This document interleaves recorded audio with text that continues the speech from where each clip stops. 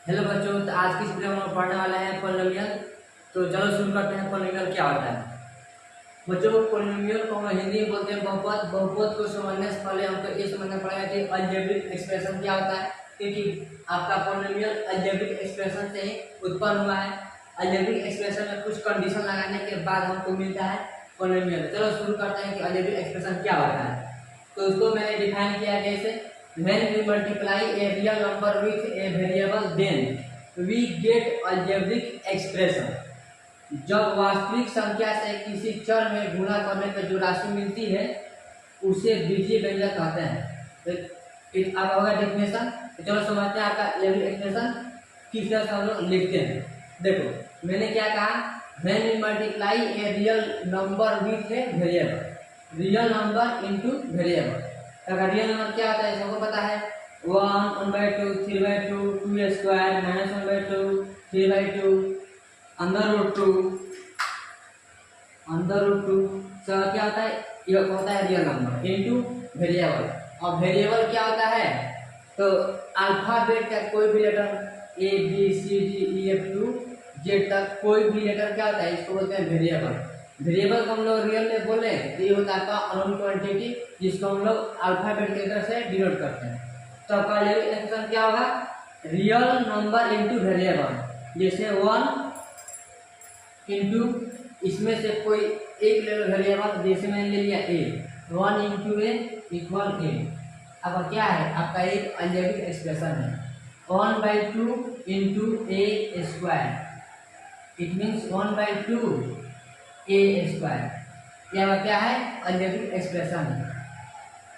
3/2 x का power 1/2 आपका क्या है, एक अलजेब्रिक एक्सप्रेशन है, क्योंकि 3/2 क्या है, रियल नंबर है और x का वेरिएबल है। और x का जो ये वाला ऊपर जो दिख रहा है आपको, इसको बोलते हैं पावर। तो x का पावर आपका एक रियल नंबर होता है।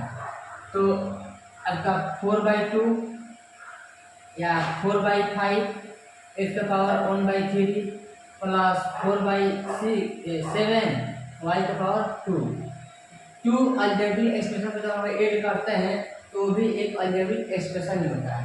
ठीक है, तो हम लोग अब समझे हैं कि अलजेब्रिक एक्सप्रेशन से किस तरह से हम लोग पॉलिनोमियल पे जाते हैं। तो आपको ये बात क्लियर हो गया होगा कि अलजेब्रिक एक्सप्रेशन क्या होता है। उसमें एक होता है आपका रियल नंबर इंटू एक होता है वेरिएबल, जिसको हम क्या बोलते हैं, अलजेब्रिक एक्सप्रेशन।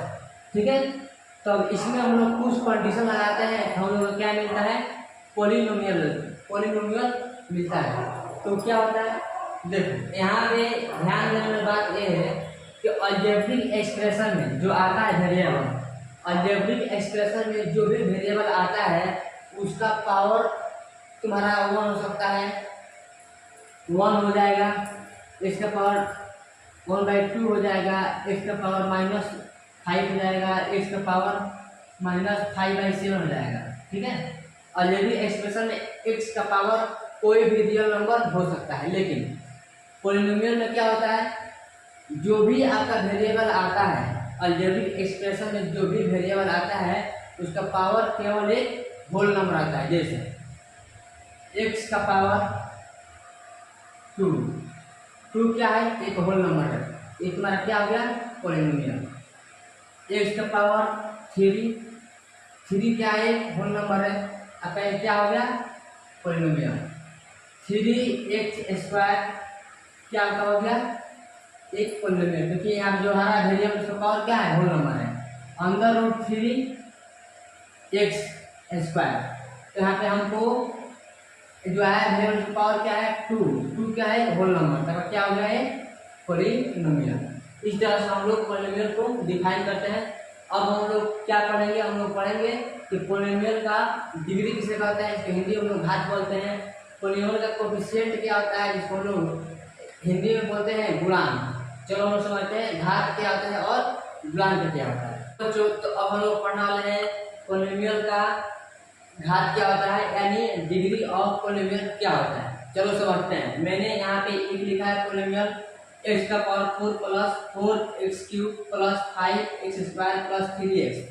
बच्चों किसी भी पॉलिनोमियल में किसी भी पोलिनोमियल में आने वाला जो वेरिएबल होता है उसका मैक्सिमम पावर होता है, यानी सबसे बड़ा जो होता है पावर, उसको हम क्या बोलते हैं, इस पोलिनोमियल को हम बोलते हैं घात यानी डिग्री। तो इस पोलिनोमियल का डिग्री क्या होगा, आपका 4 होगा, क्योंकि यहाँ से लेकर यहाँ तक इसमें सबसे बड़ा पावर क्या है, 4 है, सबसे बड़ा घात क्या है, 4 है, इसलिए इसका डिग्री क्या होगा, यानी घात क्या होगा, तो 4 डिग्री हो जाएगा आपका 4। वैसे ही बच्चों इस वाला पोलिनोमियल में आपका डिग्री क्या होगा, बताओ डिग्री क्या होगा इसमें, यहाँ पे 50 है, यहाँ पे 100 है, इन दोनों बड़ा कौन है, और x का पावर, तो इसका पावर क्या है, 100 है, जो 50 से बड़ा है इसका डिग्री क्या होगा, 100। ठीक है, तो इस तरह अपने मन से कुछ भी लिख सकते हो, जैसे आपने लिख लिखा एग्जाम्पल तौर पे 4/3 x स्क्वायर प्लस x का पावर 1। ठीक है, देखो इसमें वेरिएबल तुम्हारा क्या है, x है, और दोनों में तुम्हारा वेरिएबल में अगर एक बार वेरिएबल x है तो तुम्हारा यहाँ पे दिया गया 2 टर्म, जो टर्म बोलते हैं बच्चों, इसको बोलते हैं टर्म। एक बार हो गया पोलिनोमियल। पोलिनोमियल के ईच पार्ट को हम लोग क्या बोलते हैं, पोलिनोमियल के प्रत्येक पार्ट में जो आता है एक्सप्रेशन, उसको हम लोग बोलते हैं टर्म बोलते हैं। इसमें 2 टर्म है, इसमें क्या है, x का पावर 2 है और इसमें x का पावर 1 है, तो 2 क्या है, 1 से बड़ा है, इसका डिग्री क्या हो जाएगा, 2, तो डिग्री क्या होगा 2, यानी घात क्या हो जाएगा इसका 2 हो जाएगा। वैसे ही मैं एक और एग्जाम्पल लिख रहा हूँ, y का पावर 100 प्लस y का पावर 200 प्लस y का पावर 500। ठीक है, तो बच्चों इस वाला पोलिनोमियल में मेरा डिग्री क्या होगा, इसमें का डिग्री हो जाएगा आपका 500।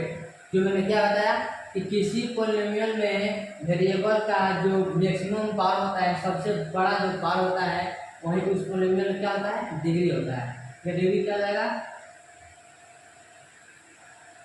डिग्री हो जाएगा 500। ठीक है, तो बच्चों मैं आशा करता हूँ कि आप लोग को डिग्री ऑफ पोलिनोमियल यानी बहुपद का घात समझ में आ गया होगा। अब हम पढ़ने वाले हैं कोएफिशिएंट ऑफ पोलिनोमियल। चलो शुरू करते हैं कोएफिशिएंट ऑफ पोलिनोमियल। तो इसी एग्जांपल को हम समझते हैं कोएफिशिएंट ऑफ पोलिनोमियल क्या होता है।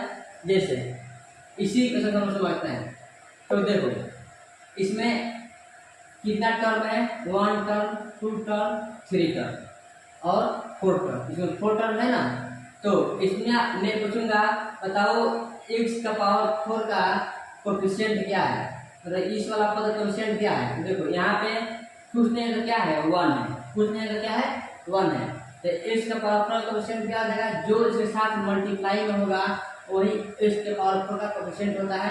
तो x का पावर 4 का कोएफिशिएंट सेंट बोलो या x के पावर 4 का गुणांक को न्यूमरल को बोलते हैं गुणांक, दोनों सेम बात है, क्या करना हो जाएगा 1 हो जाएगा। अब मैं इसी पोलिनोमियल में ये पूछूं कि x स्क्वायर का गुणांक क्या है यानी कोएफिशिएंट क्या है, क्या आंसर होगा। देखो तो x स्क्वायर के साथ में क्या मल्टीप्लाई में है 5, तो x स्क्वायर का गुणांक क्या है तुम्हारा 5, यानी कोएफिशिएंट ऑफ x स्क्वायर तुम्हारा क्या जाएगा 5। चलो एक और एग्जांपल हम लेते हैं और बेटर समझने के लिए। जैसे आपका ये वाला हो गया 3/2 x स्क्वायर माइनस 4/7 x का पावर 1/2।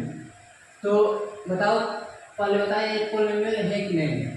एक पोलिनोमियल नहीं है क्योंकि यहाँ पे क्या है x के पावर 1/2। मैंने क्या बताया, किसी भी पोलिनोमियल में जो आता है वेरिएबल उसका पावर क्या होना चाहिए, एक होल नंबर होना चाहिए, यानी पूर्ण संख्या होना चाहिए। यहाँ पे x का पावर क्या है 1/2, जो 1/2 क्या है होल नंबर नहीं है, यहाँ का पोलिनोमियल नहीं होगा।